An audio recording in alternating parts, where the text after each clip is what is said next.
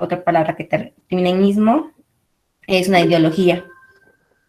Que el derecho internacional en esta ideología regula que está prohibida la guerra y como primer punto es que desarrolla la seguridad internacional y también desarrolla y también los derechos humanos. Ya. Hay sabios del multilateralismo en el multilateralismo. A ver cómo se dice de nuevo. Multi, ¿qué?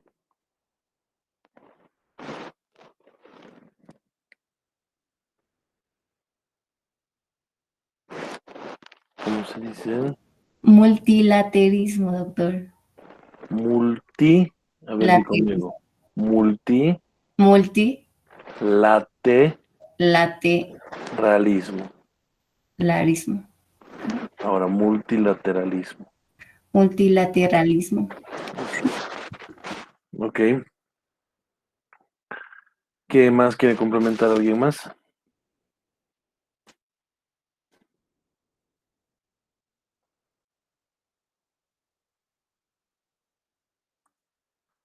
A ver, Alba Adriana Soto, ¿estás ahí o estás durmiendo?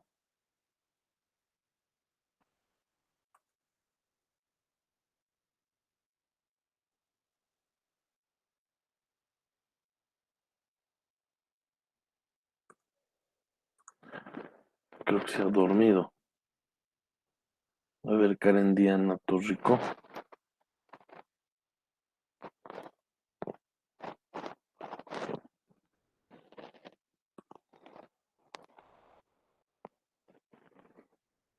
Nada, otra que se duerme. Alejandro Henry.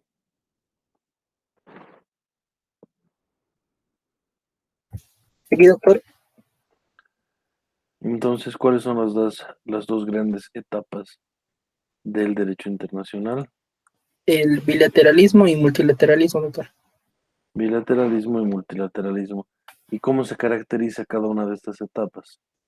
El bilateralismo era más que no existían normas generales, mientras que en el multilateralismo ya se preocupa la seguridad internacional, los derechos humanos. Ya, aunque hay características específicas en cada una de las etapas. Entonces, ¿cuáles son las dos características del bilateralismo? Derecho a la guerra y derecho en la guerra. Eso es lo que regula el bilateralismo. ¿Y cuáles son sus dos características?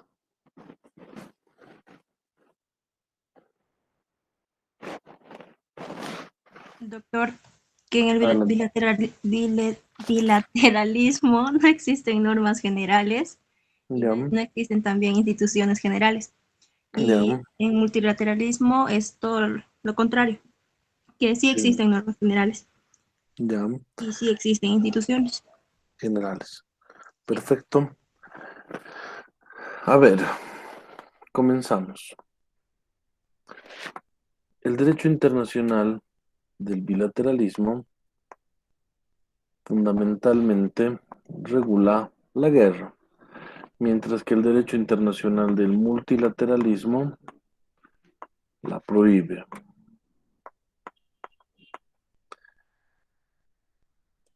¿Qué temas utópicos desarrolla el multilateralismo? La seguridad, primero. Tenemos en el bilateralismo el jus ad bellum y el jus in bello. Básicamente, el derecho a la guerra, cuando cruzamos el umbral, desaparece y es reemplazado por el derecho internacional de la seguridad.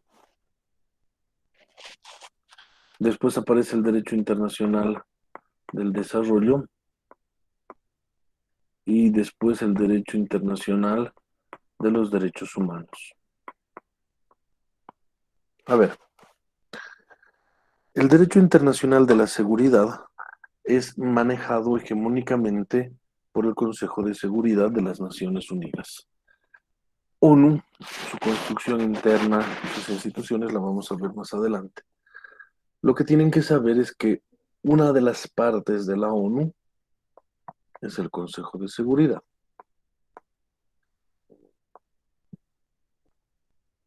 Por consiguiente, el Consejo de Seguridad es el que decide qué cosas atentan o no contra la seguridad internacional.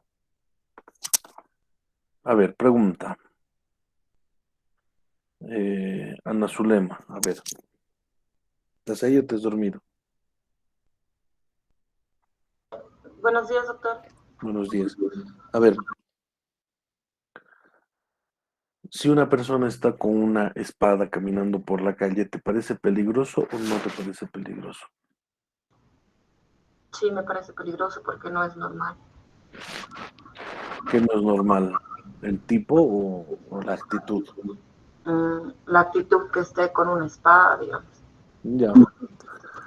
Si estás caminando por el Prado y te encuentras con un pequeño individuo medio raquítico, con una polera de un afamado equipo local, color rojo, y con un botecito de un popular pegamento para zapatos en la mano, y que se te acerca y te dice, ¿no tienes un bolivianito, por favor?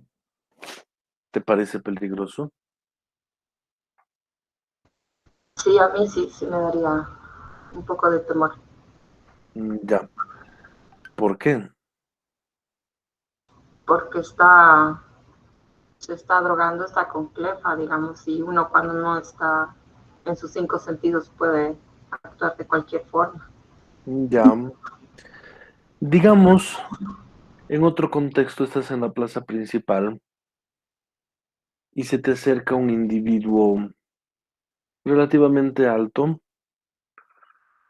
con cejas un poco pronunciadas, cuyo nombre es de una de las grandes empresas de cómics del mundo, Marvel, y lo ves salir de la alcaldía porque es exalcalde de Cochabamba, y se te acerca y te dice, ¿me puedes prestar un boliviano, por favor, para hacer una llamadita y dame tu número? Te voy a devolver después. ¿Te parece peligroso?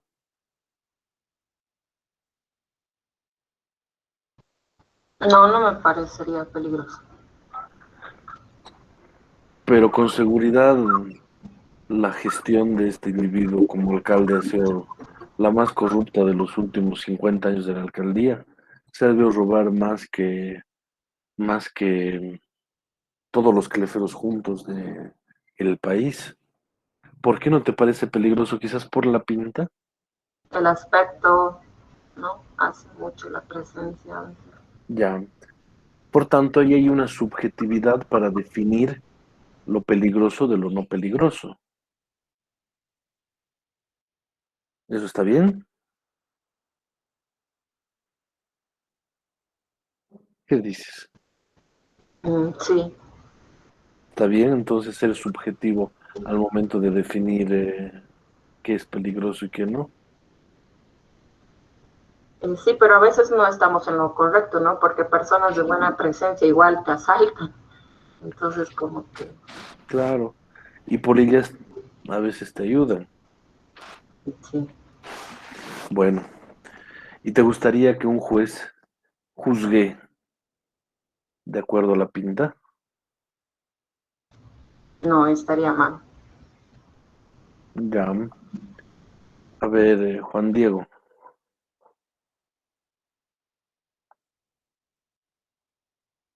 ¿Estás ahí, Juan Diego? Sí, doctor. Mm,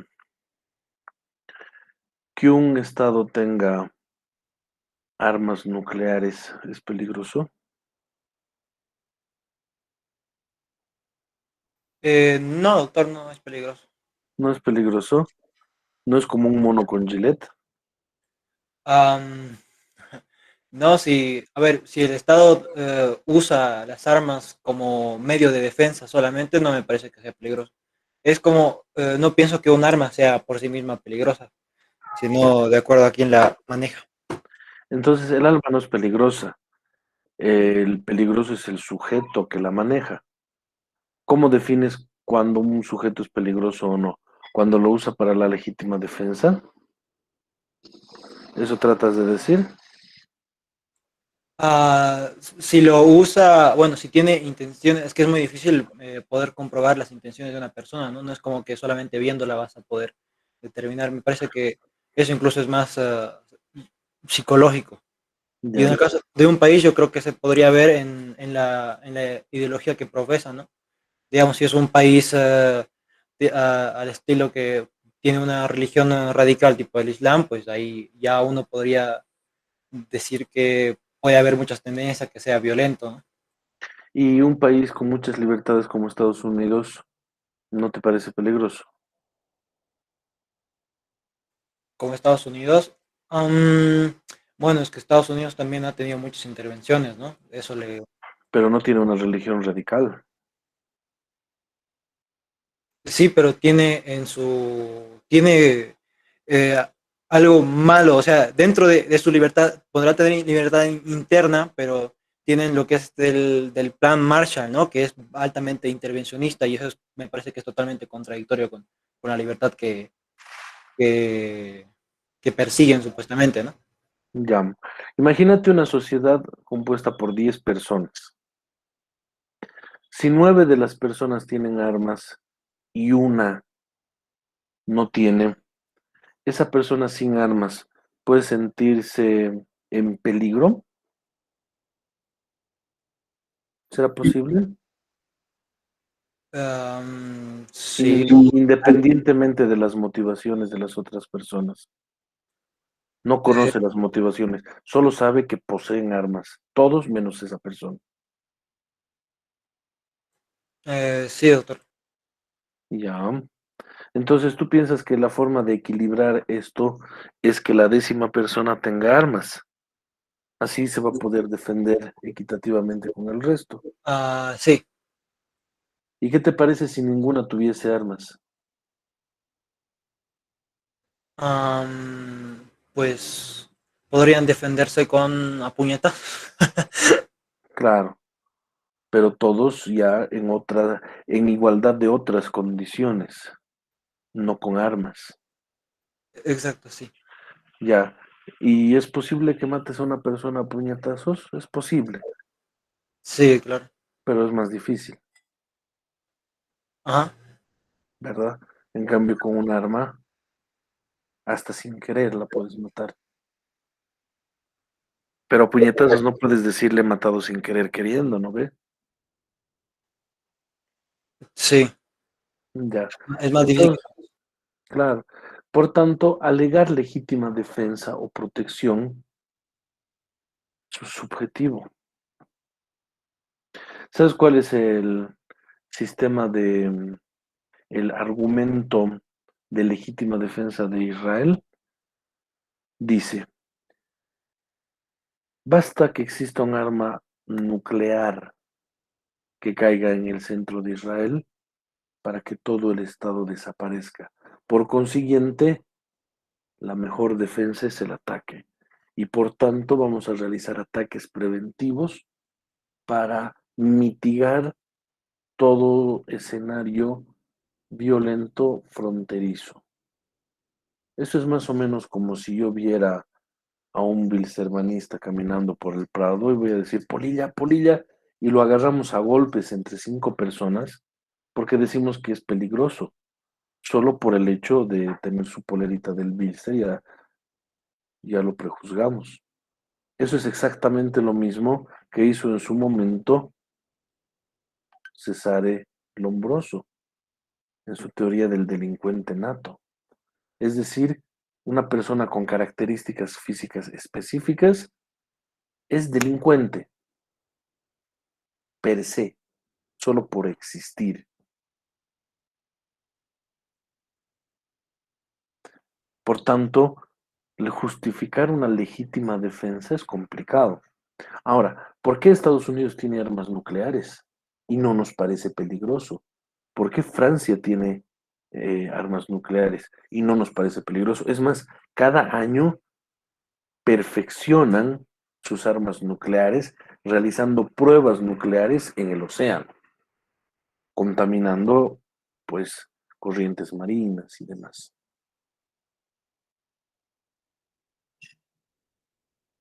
¿Y por qué si un estado X, como Irán, por ejemplo, no puede tener ni siquiera plutonio? Porque dicen, si Irán tiene plutonio, automáticamente eso se va a convertir en armas nucleares.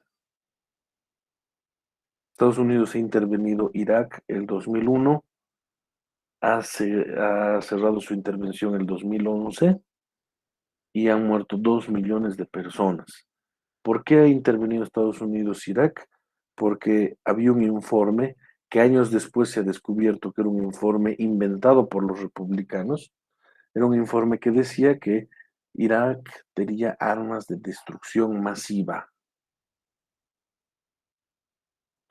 Y para evitar que use esas armas de destrucción masiva, han invadido Irak.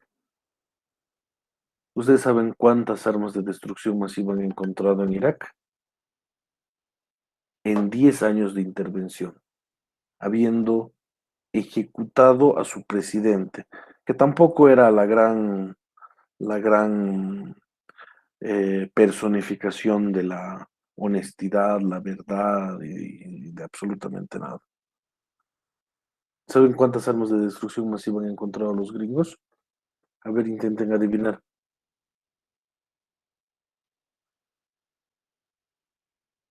¿Cuántas crees? Elber, ¿cuántas crees? ¿Estás ahí?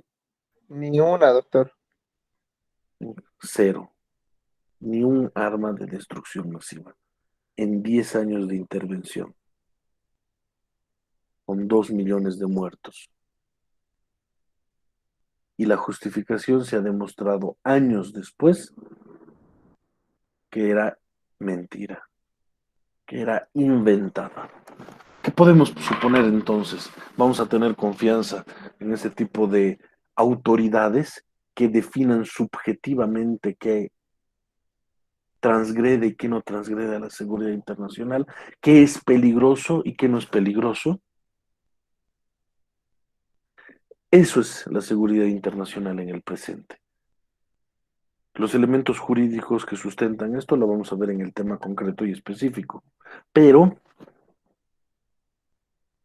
de lo que tienen que estar conscientes es del alto grado de discrecionalidad con el que cuentan el Consejo de Seguridad para establecer qué cuestiones atentan o no atentan a la seguridad internacional. Esto es un poco bilateralismo, ¿no ve? Y por eso el mundo no ha avanzado en derecho internacional lo suficiente. Todo eso es bilateralismo. Pero bueno, los otros escenarios del derecho internacional han sido un poco más prósperos.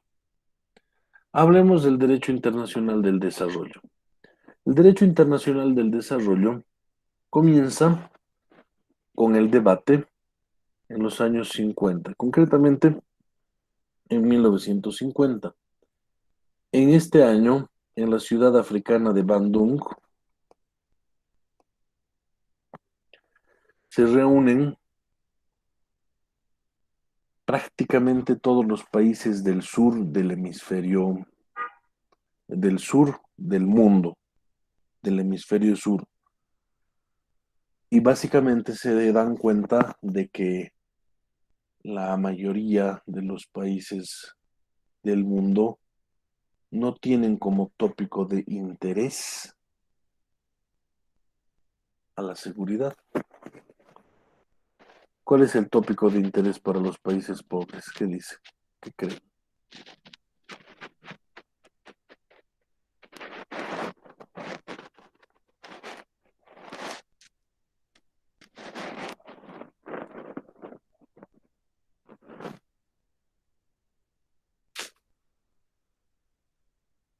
A ver, Elizabeth, ¿qué tema le interesa a los países pobres, ¿cuál es el tema de derecho internacional más importante para Haití?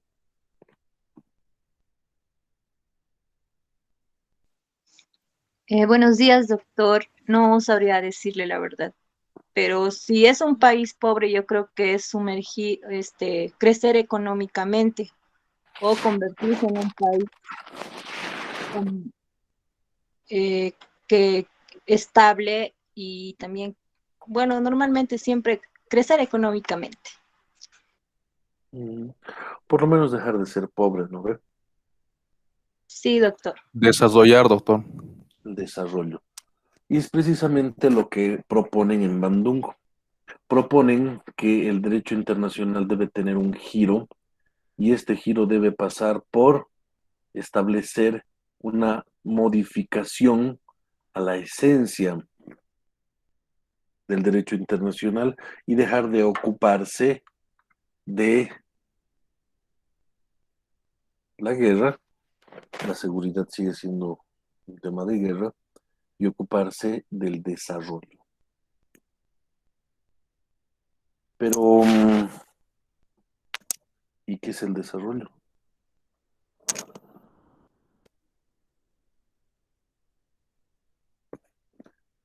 ¿Qué es el desarrollo? A ver, Rociel, ¿estás ahí? ¿O estás durmiendo como el resto? Sí, doctor, estoy aquí. ¿Qué es el desarrollo? Doctor, podría ser crecer, eh,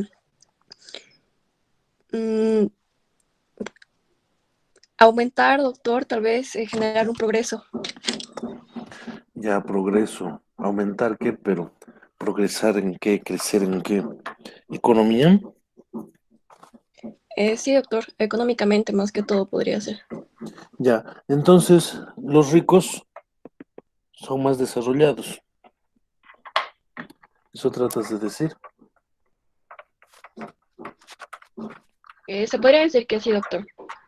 O sea que lo único que necesitan los países pobres para dejar de ser pobres es prestarse plata. Y con plata automáticamente van a tener un montón de condiciones. ¿Será tan fácil? Bueno, Depende a qué tipo de pobreza nos estamos refiriendo, doctor. Podríamos hablar de que la pobreza es subjetiva, depende qué tipo de valor le pone a cada cosa.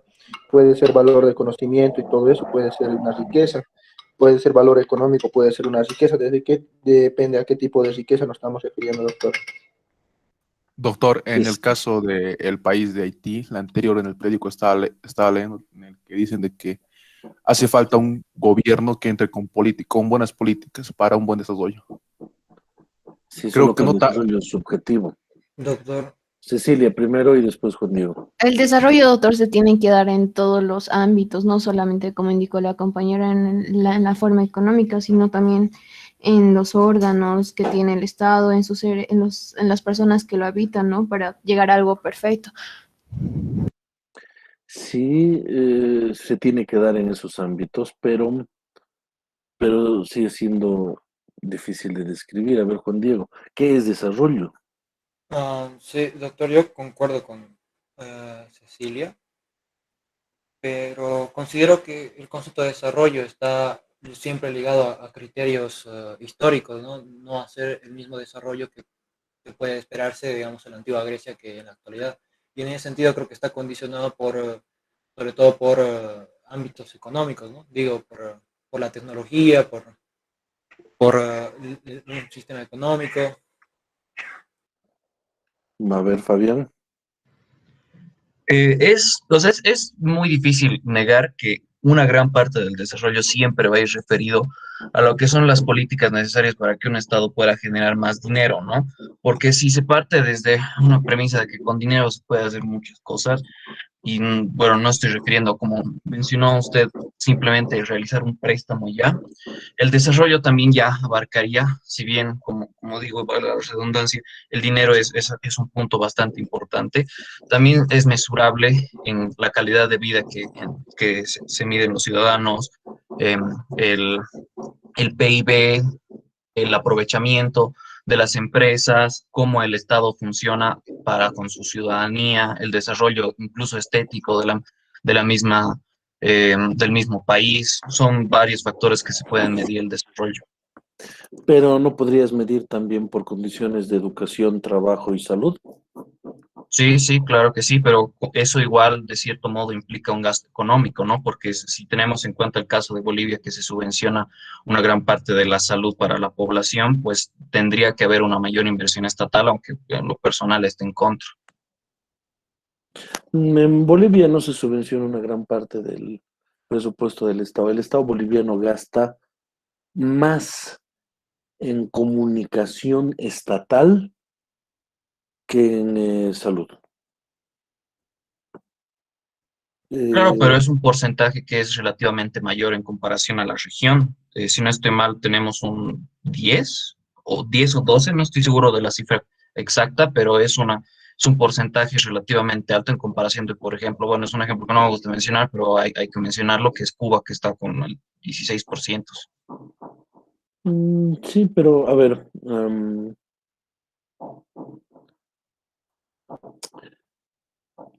¿cuál es tu plato favorito, Fabián? ¿En específico o tipo de comida? Tipo de comida. Me gusta la comida asiática. Ya, digamos, el top uno de tu comida asiática favorita. Yo creo que el sushi. Ya. Entonces, ¿podrías decir que eres feliz comiendo sushi? Sí, sí, se podría Ya. decir que sí. ¿Podrías decir que un estándar de vida óptimo para vos sería comer sushi por lo menos una vez a la semana? No necesariamente una vez a la semana, pero mientras se pueda, en la manera de lo posible, claro. O sea, tampoco es algo que uno se puede permitir cada día, ¿no? Ujú. Claro, sí, pero por eso te digo como un estándar óptimo de vida. Es decir, digamos, considerándote tú ya una persona con trabajo y bastantes condiciones en general, podrías decir, yo sería feliz comiendo una vez por semana sushi. ¿Podría ser? Ya, sí, sí, podría ser. Pero obviamente no es barato. Claro. Entonces, para obtener algo que tú consideras un estándar óptimo de vida, tienes que invertir. Obviamente tienes que generar dinero, pero no te lo vas a guardar en el banco. Tienes que generar dinero y al mismo tiempo tienes que gastar, ¿verdad? Sí, Y por tanto, si las condiciones de salud en una sociedad son un estándar óptimo de desarrollo, entonces lo que deberíamos hacer es tener condiciones para la generación de riqueza, tratando bien a las empresas, los mercados y teniendo políticas de crecimiento económico claros, pero al mismo tiempo tener políticas de gasto que se enfoquen a estándares de vida de la sociedad, ¿verdad? Porque si nos ocupamos simplemente de condiciones de creación de la riqueza, probablemente no estemos satisfaciendo todos nuestros estándares de vida. Imagínate que vos trabajes 14 horas al día. Tienes un trabajo de 8 horas y aparte tienes un trabajo de 6 horas. Y vas a ganar una buena cantidad de dinero. No vas a ganar el sueldo mínimo. Tu sueldo va a ser de 15,000 para arriba. Ganando de 15,000 para arriba y trabajando mucho, por lo menos te gustaría darte el lujo de comer sushi una vez por semana. sí, doc. Claro. Ahora imagínate que no te dejan, que te dicen el sushi es malo, a pesar de que te guste. Y tú dices, ¿para qué voy a trabajar como negro? ¿Para qué voy a generar tanta plata si no voy a gastar mi dinero en cosas que para mí son un estándar de vida? Esas son las políticas que yo le llamo falacias del hombre de paja, de las peleas entre izquierda y derecha.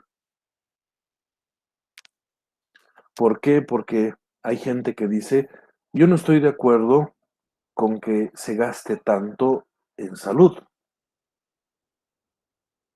Bueno, si el Estado tiene riqueza, debería gastar en cosas que son estándar de vida. Si no, ¿para qué generar riqueza? ¿Para comprarte un Mercedes?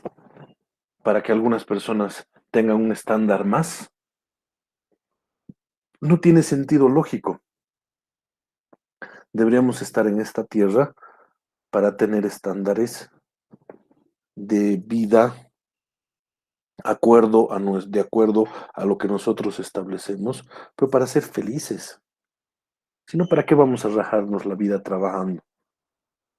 Para vivir amargados, para vivir sin cosas que nos generen estándares de vida. En Estados Unidos, si tienes un problema dental, te va a costar carísimo, mínimo $5,000. Y algunas personas que tengan cierto tipo de dolencias, pues el estándar básico es un apéndice, una operación de apéndice te va a costar $30,000. Y de ahí para arriba. Entonces, ¿de qué te sirve que tú vas a ganar mucho y vas a generar mucha riqueza a lo largo de tu vida si prácticamente, si te enfermas de cualquier cosa, pues vas a gastar lo mismo que gastarías en una casa, en una operación que materialmente no cuesta tanto? Entonces nos hacen creer a las personas que los capitalistas tienen la razón absoluta y no hay que hacerle caso a los socialistas. Y los socialistas nos hacen creer que las políticas capitalistas son malas, cuando en realidad, pues el ganar dinero y el gastarlo deberían tener una especie de sincronía. Paradójicamente, quien decía esto fue León Trotsky cuando hacía un análisis de la revolución en unos textos que resume René Zabaleta.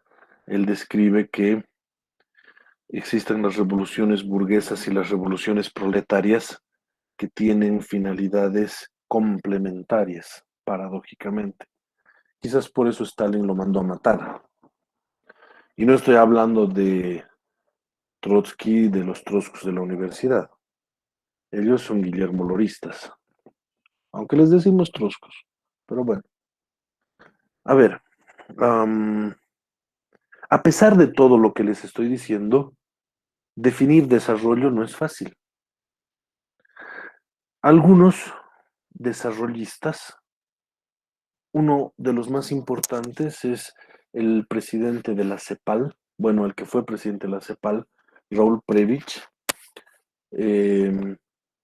cuyo best friend forever es Fernando Henrique Cardoso, que ha sido presidente del Brasil. Pensaban que lo que necesitaban los estados era una inyección de capital enfocado específicamente a la producción industrial. Y ellos asumían que si las sociedades tenían desarrollo industrial, per se y automáticamente iban a tener desarrollo. Por tanto, han iniciado una serie de políticas. Aquí viene, por ejemplo, la teoría del consenso de Washington de inyectar capital a través de inversión extranjera. Entonces, ¿qué tienen que hacer los estados? Pues generar condiciones para que el extranjero venga a invertir en los países.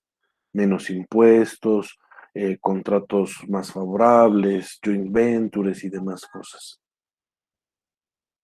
¿Cuál es la lógica de esto? Viene plata de afuera, produces industria adentro, existiendo la industria interna, de por sí hay desarrollo.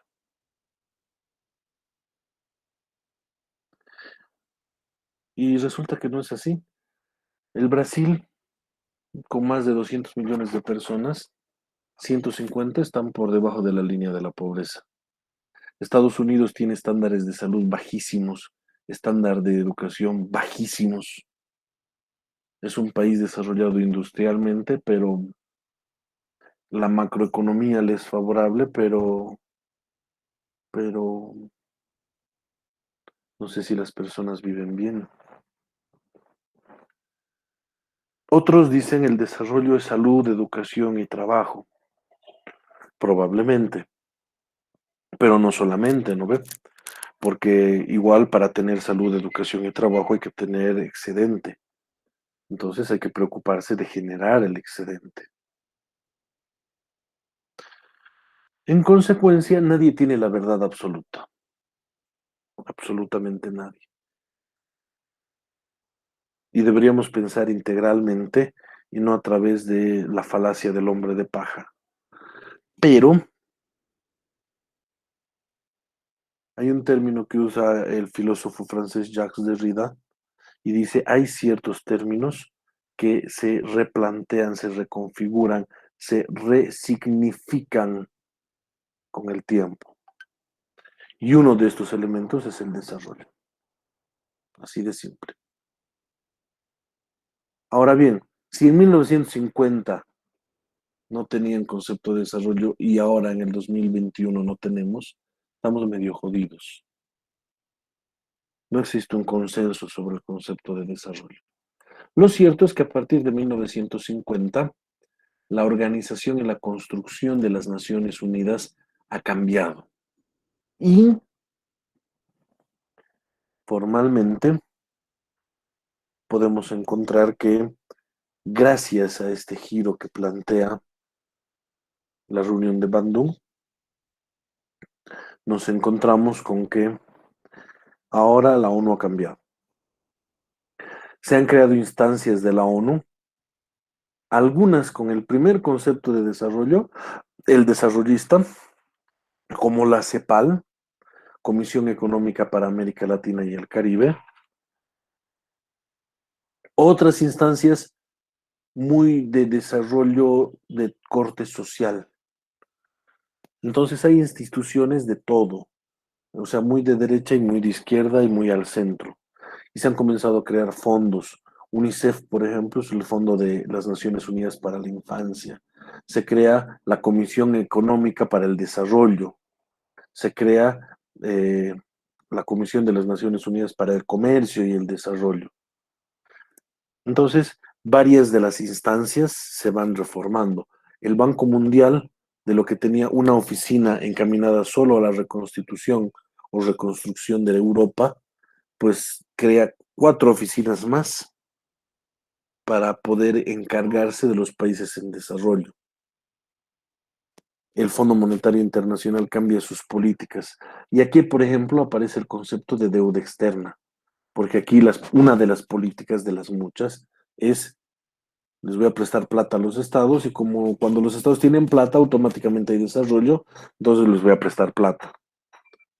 Y cuando todos sabemos que los estados no invierten, gastan, entonces la deuda externa ha sumido en pobreza a muchas sociedades, a muchos países. Entonces viene el consenso de Washington y dice, no, pues no es solo darles plata, también tiene que haber empresa. Entonces inversión extranjera, una política y otra y otra y otra, y muchos fracasos y algunas victorias de por medio, pero bueno, eso ocurre. Ahora bien, el desarrollo en la última época no ha encontrado un cauce único, ni filosófico, ni pragmático, ni económico, ni social.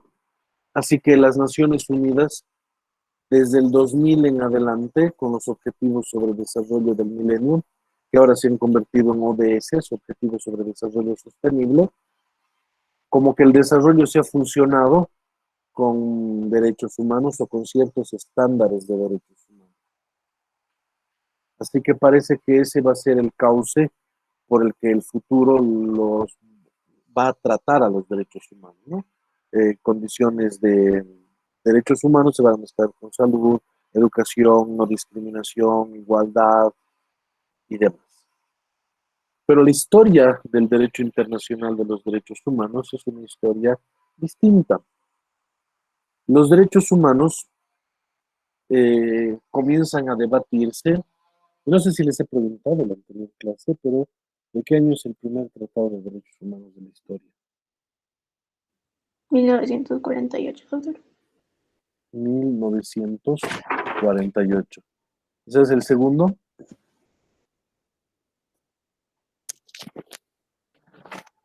El segundo es el más importante de todos. ¿Cómo es, Chasú? ¿Tienes más o menos idea de qué año? No, doctor, ya hacía referencia a la Declaración Universal de los Derechos Humanos, dada en 1948, pero de ahí no. La que tú dices es la segunda. El 10 de diciembre de 1948 se aprueba la Declaración Universal de los Derechos Humanos. Es el instrumento de derechos humanos más importante de la historia. Pero es el segundo. El primer instrumento de derechos humanos de la historia se da en 1948. También, pero en agosto de 1948. Y este primer instrumento se llama Declaración Americana de Derechos del Hombre. Del mismo año.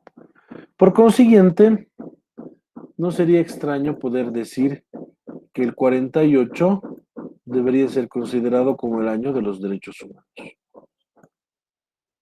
Porque tiene dos instrumentos fundamentales sobre derechos humanos. Entonces tenemos la Declaración Universal como segunda, pero como primera tenemos la Declaración Americana.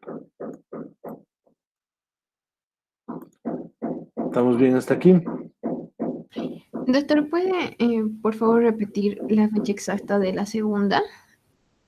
10 de diciembre del 48. Gracias. Desde entonces, todos los 10 de diciembre son el Día Internacional de los Derechos Humanos.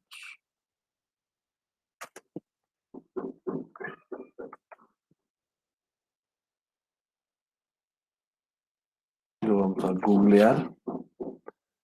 10 de diciembre. Y se festeja porque es la fecha de la Declaración Universal de los Derechos Humanos. Este año va a ser viernes. ¿Estamos bien? Les voy a hacer una explicación. Dos explicaciones, una normativa y una de derechos humanos.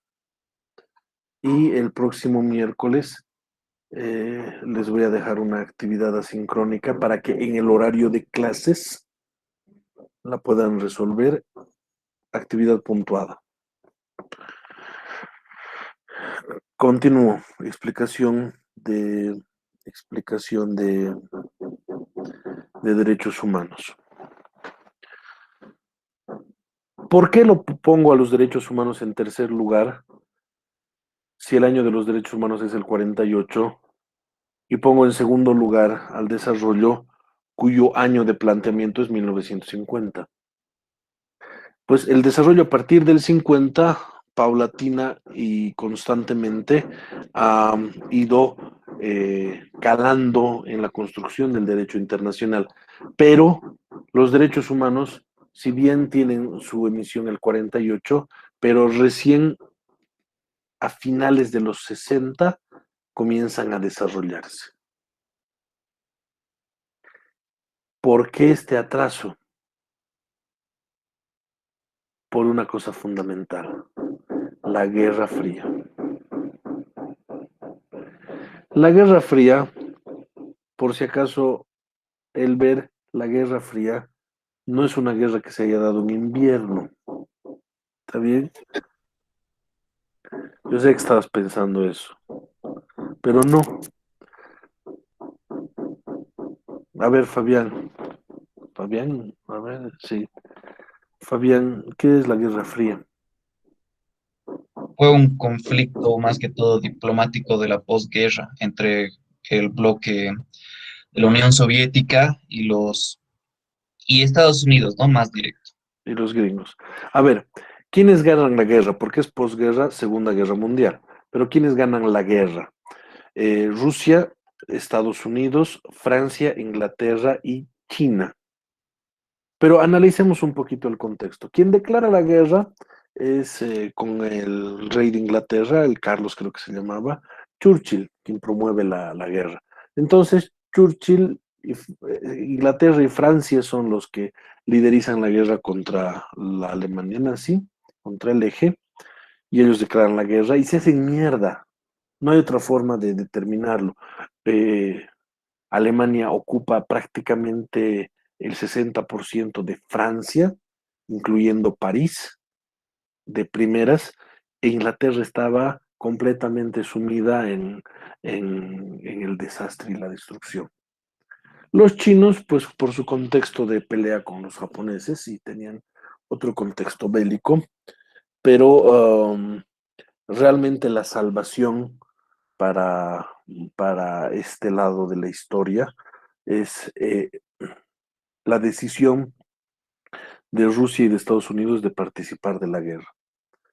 Ellos han tenido batallas significativas para determinar el giro de la guerra, aunque creo que el más importante de todos ha sido el más despiadado y sangriento, más que el propio holocausto de la Segunda Guerra Mundial contra los judíos, a pesar de que los judíos siguen quejándose de haber sido masacrados, pero la campaña que termina en la batalla de Stalingrado creo que ha sido una masacre tremenda.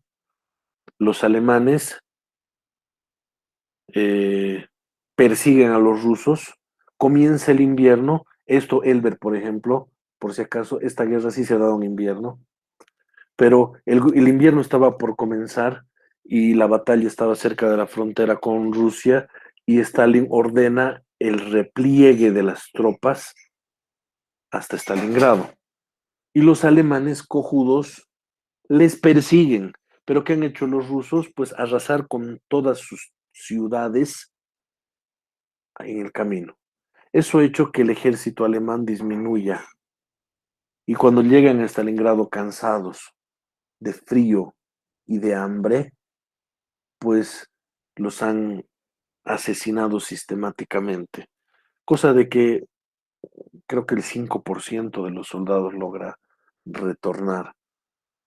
Y Stalin ha matado a un montón de gente rusa, ha sacrificado a mucha gente para poder lograr esa gran victoria militar contra los alemanes. Y los gringos, pues la batalla de Normandía, pues el desembarco de Normandía, que también ha matado un montón de paracaidistas gringos. Lo cierto es que los que le ponen el cherry a la torta han sido los rusos, que han entrado hasta Berlín, han sido los primeros en llegar a Berlín. Rusia y Estados Unidos ganan la guerra.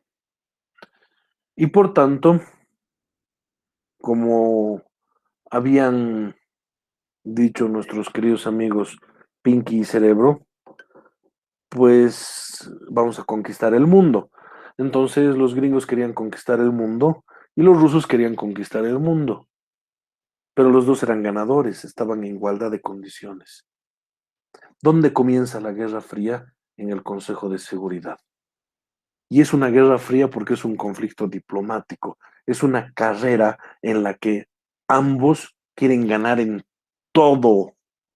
Entonces, los rusos sacan un satélite, los gringos también. Los rusos tienen lanzan al perrito, a la Laika la lanzan como primer perrito espacial, y los gringos lanzan un mono, no me acuerdo qué se llamaba. Tienen una estación espacial los rusos, y los gringos pues llegan, no sé si han llegado o no, pero llegan a la luna. Y así sucesivamente, pues una carrera espacial, una carrera militar, una carrera en todos los niveles. Y una característica fundamental de esto es que todo lo que decían los gringos, los rusos lo negaban. Y todo lo que decían los rusos, los gringos lo negaban, obtusamente. Entonces, los gringos propugnaban la democracia. ¿Qué hacían los rusos? Ah, la democracia es basura y no sé qué cosas más. Bueno, como los derechos civiles y políticos son de corte liberal, porque vienen del constitucionalismo liberal, los gringos se vuelven abanderados de los derechos civiles y políticos. ¿Y cuál es la consecuencia de esto? Los rusos eran los primeros detractores de los derechos civiles y políticos. ¡Qué cojudos! ¡Qué cojudos! Después resulta que los rusos se vuelven abanderados de los derechos económicos, sociales y culturales, cuya matriz teórica en todos los derechos humanos yo les voy a explicar en su momento. Creo que es el tema número 9. Pero como los rusos son los abanderados de los derechos económicos, sociales y culturales, los gringos son detractores de los derechos económicos, sociales y culturales. Y por eso la reglamentación de la Declaración Universal de los Derechos Humanos tarda más de 15 años en salir. Y al final no tiene un reglamento, tiene dos. Por eso tenemos el Pacto Internacional de Derechos Civiles y Políticos, que entra en vigencia el 67-68, y tenemos el Pacto Internacional de Derechos Económicos, Sociales y Culturales, que entra en vigencia después del 70, 72 o 74, no me acuerdo bien las fechas. Entre 15 y 20 años. ¿Por qué? Porque los rusos y sus amigos no firman ni ratifican el Pacto de Derechos Civiles y Políticos. Los gringos y sus amigos no ratifican el Pacto de Derechos Económicos, Sociales y Culturales. Cuando en realidad los derechos humanos tienen una propia y misma raíz de construcción teórica y filosófica, solo que tienen entendimientos distintos. Los derechos humanos son uno solo. Y a partir de aquí los giles, los que tienen dos neuronas, han dicho, entonces voy a explicar esto así. Los derechos civiles y políticos son primera generación y los económicos, sociales y culturales segunda generación. ¿Y qué ha llevado este entendimiento pelotudo? El hecho de que los derechos civiles y políticos se establezcan y protejan de inmediato y los derechos económicos, sociales y culturales se establezcan de manera progresiva a medida que el Estado tenga plata. Y no me están creyendo. Pues para esto el Fabián va a dar lectura al artículo 26 de la Convención Americana de Derechos Humanos. Ni bien entramos a la propia convención, yo les voy a explicar los artículos 1 y 2 que son fundamentales, pero cuando veamos el tema.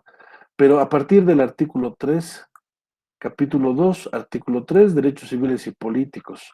Del 3 al 25, 22 artículos, 23, trabajan derechos civiles y políticos, hasta el 25. El capítulo 3, solo un artículo, artículo 26, tienes derechos económicos, sociales y culturales. Fabián, vas a leer la partecita que estoy subrayando. Los Estados partes se comprometen a adoptar providencias tanto a nivel interno como mediante la cooperación internacional, especialmente económica y técnica, para lograr progresivamente la plena efectividad de los derechos que se derivan de las normas económicas, sociales y sobre educación, ciencia y cultura. Entonces, ¿qué están haciendo? Continúas con la lectura aquí. en la medida de los recursos disponibles por la vía legislativa u otros medios apropiados. Es decir, los estados están obligados a cumplir y respetar, establecer los derechos económicos, sociales y culturales. No, en la medida de sus recursos disponibles. En la medida de sus recursos disponibles. Sí son derechos humanos.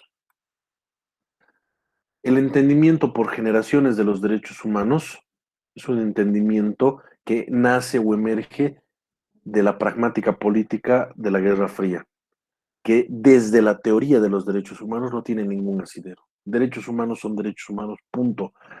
Por tanto, yo los voy a desconocer como mis estudiantes y los miraré con desprecio profundo, peor que un polilla bilstermanista, si es que alguna vez los escucho decir que hay una primera, una segunda, una tercera, cuarta, quinta, sexta generación de los derechos humanos. Los derechos humanos tienen nombre y apellido, nada de eufemismos pedagógicos estúpidos. No es primera generación de derechos humanos, es derechos civiles y políticos. Ese es su nombre.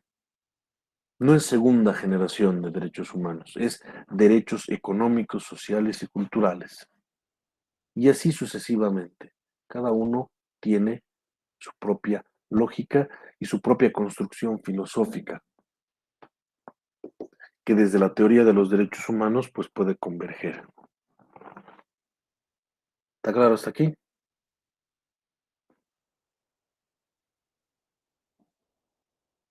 ¿Alguna duda hasta aquí?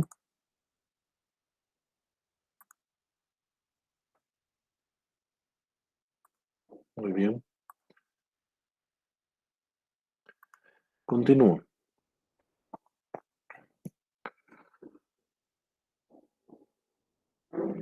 Una fuente del derecho es el contenedor de las normas.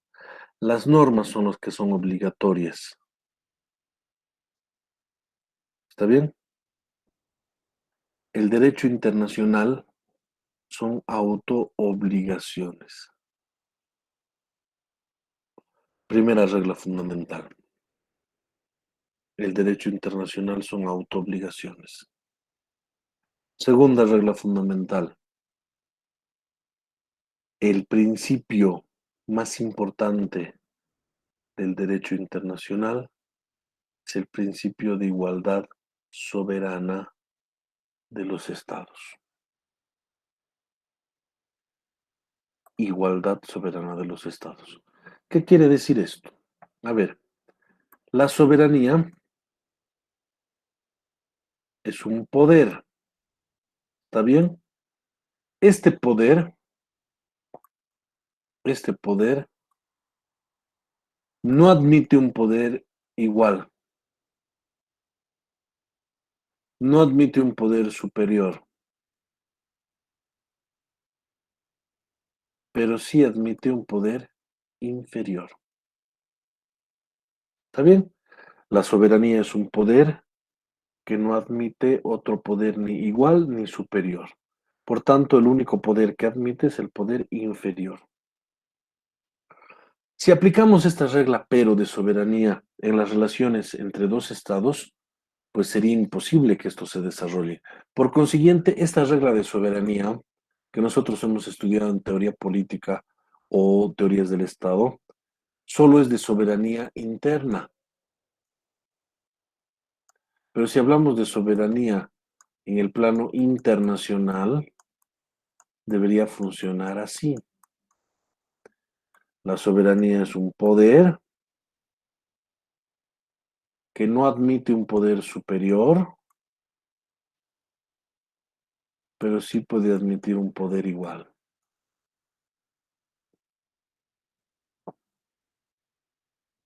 Sí puede admitir un poder igual. Por consiguiente, cuando Bolivia y Haití y Bolivia y Estados Unidos se relacionan, pues esta relación se va a dar en el plano de la igualdad. Por eso el primer y principal principio del derecho internacional se llama igualdad soberana del Estado. para el sábado de la próxima semana quiero que lean la resolución 26-25 de la Asamblea General de la ONU.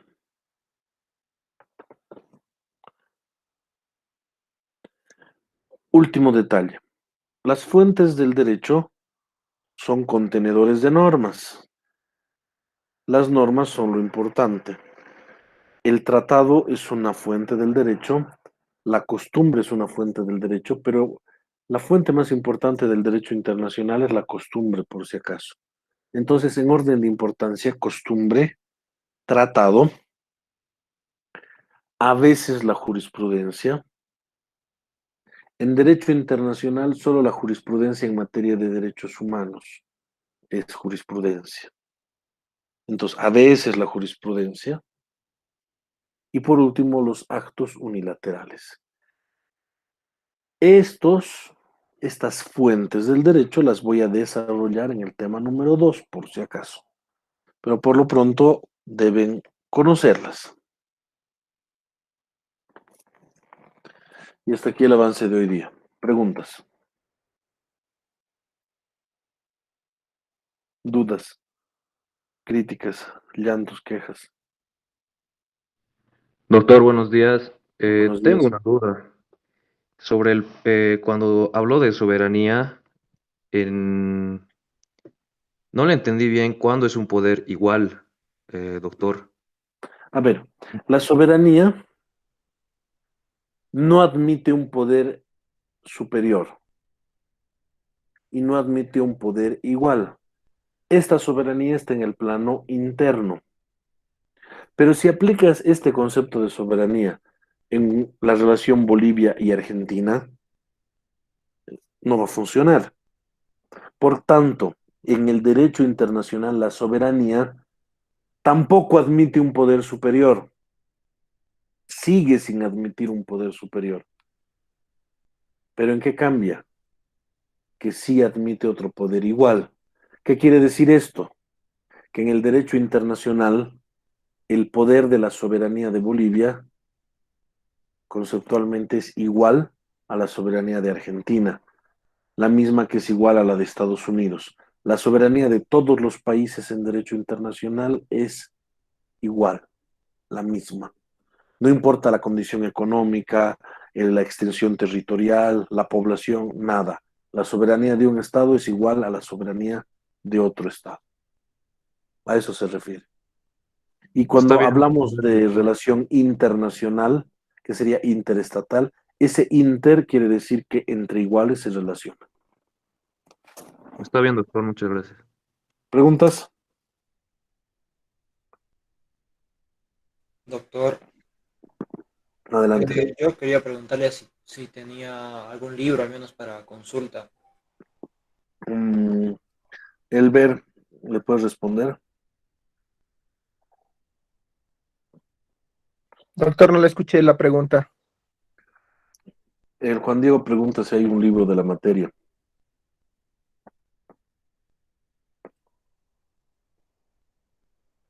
¿Y dónde está? En la foto. En No está en fotocopiadora. la fotocopiadora. Bueno, seguramente lo han dejado en la fotocopiadora, pero yo me hago la burla con la fotocopiadora. Cecilia, ¿le puedes responder? Doctor, no Doctor, necesariamente. no hay un libro base. ¿Usted ha puesto toda la bibliografía que podemos usar para ir recurriendo? He publicado el libro aquí. Se está compartiendo. Derecho Internacional Público, libro oficial de la materia, en la parte de trabajos de clase. Está el libro enterito. Aquí. Derecho Internacional Público, del Instituto de Estudios Internacionales de Bolivia, del cual yo soy vicepresidente. Y aquí están las ediciones y demás. Esta es la última edición que hemos sacado. Y ahí está. Ese libro está en Classroom, en la parte superior. Derecho Internacional Público, libro oficial de la materia, y ahí está. Pueden utilizar, voy a ir subiendo bibliografía específica para otros temas, pero ese es el libro oficial de la materia. Pero la esencia del avance de materia se va a dar en las clases. ¿Está claro?